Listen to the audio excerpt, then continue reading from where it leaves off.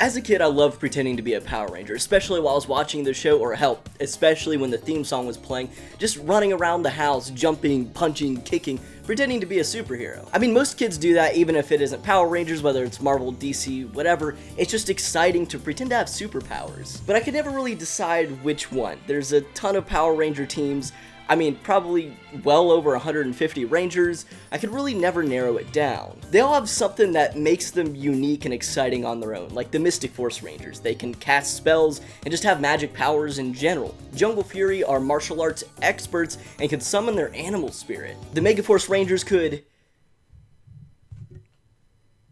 be a Power Ranger, I guess. So I could never really answer that question. But I will tell you what Ranger I definitely don't want to be is anything to do with the red Time Force suit. Whoever wears this suit just gets absolutely cooked. Alex died in the Time Force premiere. Wes's original fate was to die in the Time Force finale before the other Rangers went back in time to save him. Hell, even a Power Ranger has nothing to do with Time Force. Sky's dad died in battle. He just happened to wear the same suit. I'm staying away from that. So I guess to actually answer the question, I'd have to decide, what Rangers do I not want to be? Who had the worst fate of them all? Who died in Power Rangers? And it's actually a lot more than you probably think. And the reason a lot of these might not stick out in your head being a fan of the show is because a lot of the Rangers who died immediately came back to life. Hell, the first one that I mentioned, Alex, yes, he died in the Time Force premiere, but came back later on in the show. Turns out he was just, I don't know, just in rough shape or something. And I think the most famous example of this is Kendrix from Power Rangers Lost Galaxy. She sacrificed herself to destroy the Savage Sword so that Psycho Pink couldn't get a hold of it and destroy everybody. It was a very emotional and intense moment, and it was one of the saddest deaths in the entire show. And then Karone, who was Astronema from Power Rangers in Space, went on to take up her mantle. And from then on, you just assumed that was it. She died. I mean, hell, we saw her ghost immediately after the energy wave from the Savage Sword just completely took her out. But in the Lost Galaxy finale, when the Rangers returned to Marinoid to return the Quasar Sabers to their home, the magic or energy from them, honestly, I have no idea what the hell happened there, brought Kendrix back to life. And I think that was done pretty well. I mean, there was a good 15 episodes where Kendrix was just gone. We thought it would stay that way. It created a lot of drama and really upped the stakes of the show. Wow, Rangers really can just die.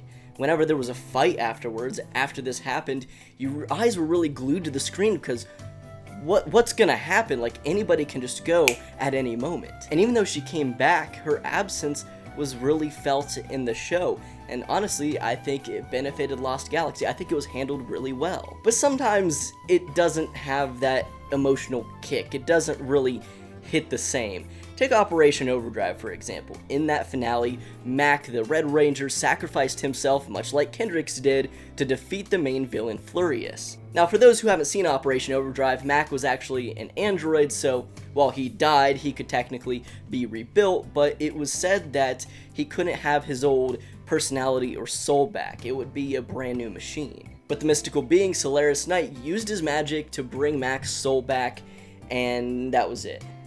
Within the span of like a few minutes after his death, he was just back. It didn't really do much, and you might even wonder why do it in the first place. Because I think a character death in any show could actually be a really good thing. Like I said, it creates high stakes, and it makes those moments very memorable. Like, I just often kind of forget that it even happened in the Operation Overdrive finale, and that finale just doesn't really stick in my head as anything special. But if they had stuck to the death, I feel like it would have just, I don't know, have taken up more space in my brain and make me really think about that show, make me think of that character more fondly moving forwards because of his sacrifice. But he was gone, and then he was back almost immediately, and honestly, not that great of a moment anymore. And albeit a little bit weird, I think that Power Rangers Beast Morphers did it a little bit better. There was a very similar scenario where Steel, the Silver Ranger, who was also a robot, sacrificed his life to try and destroy Venjix. Because of how strong his body was and that he was a robot, he was the only one who could reach Venjix in the middle of the Morphex Tower to take him out. This didn't end up working out, and Venjix absolutely destroyed him.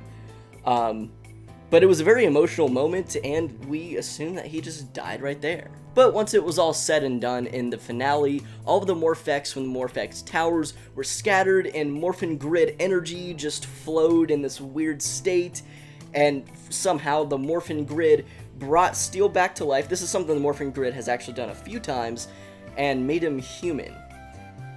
It's very strange, and I say I like it more as a character death, but I don't really like the moment. I think it's strange. It was always known in that show that Nate the Gold Ranger always wanted like a real life brother, and since him and Steel like shared human DNA, they kind of felt that brotherly love and spoke to each other as such. So it was just supposed to be like a nice moment at the end of the show where Steel becomes human and now Nate has a real life brother, but this is just very strange. I think it was handled better as a death because while Steel, the actual robot, died, it brought us Steel the human. And so that moment sticks out to me more and is a lot more memorable because it wasn't like, oh, he's dead, now he isn't. His death meant something and he had to leave behind this old body, but he gained something new. But who did the resurrection the best? For me, hands down, it was Zayto from Power Rangers Dino Fury. I don't care what you guys say. I love Dino Fury and I love Cosmic Fury, and I'll defend those shows till the day I die. Which hopefully isn't soon. Like I said, I don't want to be a Time Force Red. I would choose somebody else. At the end of Power Rangers Dino Fury, Zayto uses the Dino Master Saber to defeat the Nemesis Beast. The thing is about this saber, and it was instilled in us like quite a few episodes back, is that it can only be used once. And the reason for that is it has so much energy that whenever you use it, it will destroy your enemy. Whoever you wield it upon, they will be destroyed. But it will take your own life as well because of the energy wave. They really teased this Dino Saber thing for quite a few episodes, and it looked like Ion was going to use it at one point, and it created a lot of tension because they really could just end the fight whenever they wanted, but someone had to sacrifice themselves. And because of all of that build-up, it was a very memorable death, and it was really felt. It was a very emotional moment. And then he came back to life almost immediately. The Morphin Masters brought him back using their magic. But the thing is now, his actual life is just powered by magic. He isn't supposed to be here. So in Cosmic Fury, when he comes back, whenever he uses magic, he actually drains his life force. And eventually, all of it will be gone, and he will finally actually die. And while watching Cosmic Fury, because we had the inevitable moment that while he is back technically, yes, he is still dead. So it really didn't take away from that Dino Fury finale and still made his sacrifice, like, really matter. Because he was still going to die. And eventually he does. In Cosmic Fury, he eventually does die. And his life force, it's kind of like a weird gray area, returns to the Morphin Grid.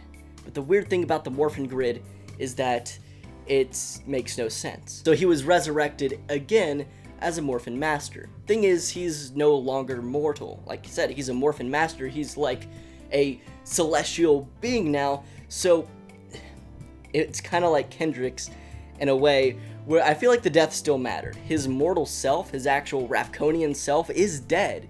He is now a spirit or celestial being and is a Morphin Master. And I like that. Zayto made a lot of sacrifices throughout Dino Fury and Cosmic Fury. He was always thinking about the team, and he was very selfless. He's the most Power Ranger-y I think a Power Ranger can get, and I think the notion of him being a Morphin Master and him being something special that the Morphin Grid saw, I really like. The Morphin Grid chose him to be a Morphin Master because of his sacrifices, because he decided to sacrifice his own life to save his team and to save the world, which other Rangers have done, but he did it repeatedly, made him worthy.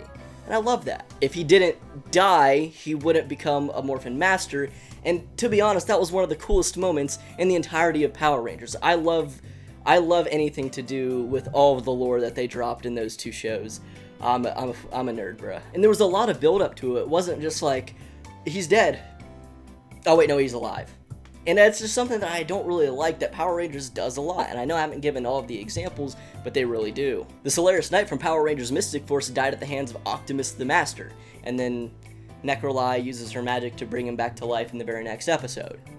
Now, at least that one lasted a little bit longer than Max. I think Max is the worst example, but does it really matter at that point? It did create stakes for the final episode, so I'll give this one a little bit more credibility because he died in the penultimate episode, and then it really did create the stakes for the final episode. So I will give that one some bonus points for creating some tension for about 22 minutes. Robo Knight died in Power Rangers Megaforce and then was brought back somehow. I don't really know because I really refuse to watch that show. So I'm sorry for all of the Megaforce slander in this video if you're a fan of Megaforce, but we're gonna leave this one here. I'm not gonna go back and rewatch that episode to figure out what happened. But quite possibly the weirdest one out of all of them, and even weirder than Steel, is the Magna Defender. Because the Magna Defender was his own person or being for a very long time. And just, this was his body, by the way.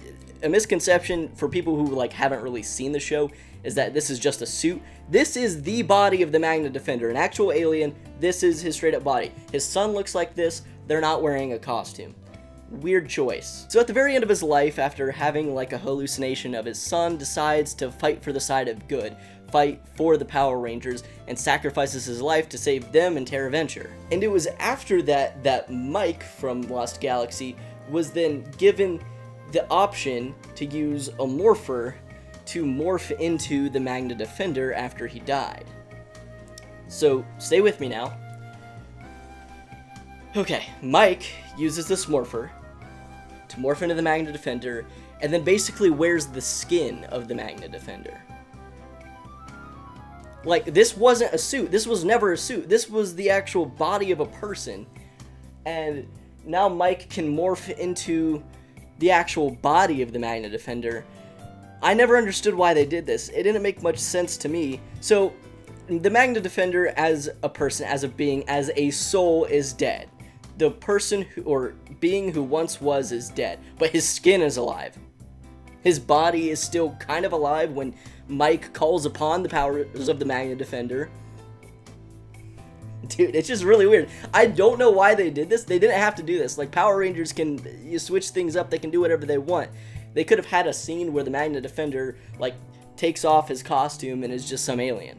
They didn't do that for whatever reason, so I always found that concept very strange. So that was a Power Ranger death. That was a death, but his body is being worn by somebody else. I don't want to make a bigger deal than it is, and obviously I exaggerate a little bit for the video, but that's always just creeped me out. So that was a lot of Rangers who died but were resurrected, but there's actually been a few Rangers who stayed dead, and I'm surprised that it's so rare. But it really is. They don't do this a whole lot. And a lot of the time, it starts before the show even begins. Take Jaden's dad as an example, or the entire Samurai team before the current generation of Samurai Rangers. They died in battle, and their powers were passed on to their children. And I like that. That creates a lot of motivation for our main characters to keep on fighting and kind of avenge their parents. I mean, I really like that. And they stayed dead, obviously, and I think it was handled really well. Same with the Ravkonian Rangers, the original Dino Fury team. They're presumed to be dead as of 65 million years ago, and that was just kind of lore that they dropped. We don't really know much about these Rangers or what they even look like, but the original team that Zato and Ion were on, they're just gone now. They died in battle, supposedly. And they use that plot point a lot in the show to drive our main characters, especially Ion, to defeat the evil. That sounded so... that was kind of cringe. But it's true, Ranger deaths are a lot of motivation to drive the remaining Rangers to go destroy whatever villain that the show has. It could be the driving force for the entire show or special. Segue. That was smooth. In Mighty Morphin Power Rangers Once and Always 30th Anniversary Special, that opens up with the death of Trini Kwan at the hands of Robo Rita. And the entire special is spent remembering Trini and, as of her daughter, trying to avenge her.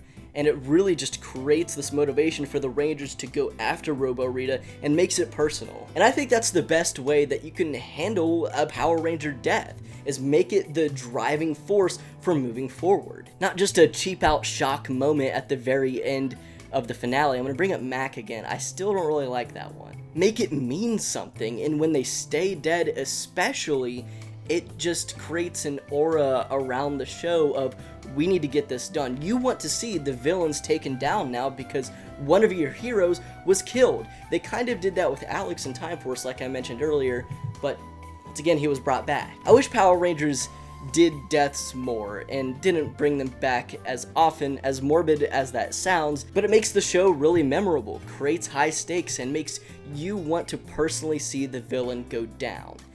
And I don't know what the future holds for Power Rangers. It's been off the air for 2 years, but hopefully they come back, especially with the movies, with a more mature tone, and we see more deaths that mean something. Thanks for watching.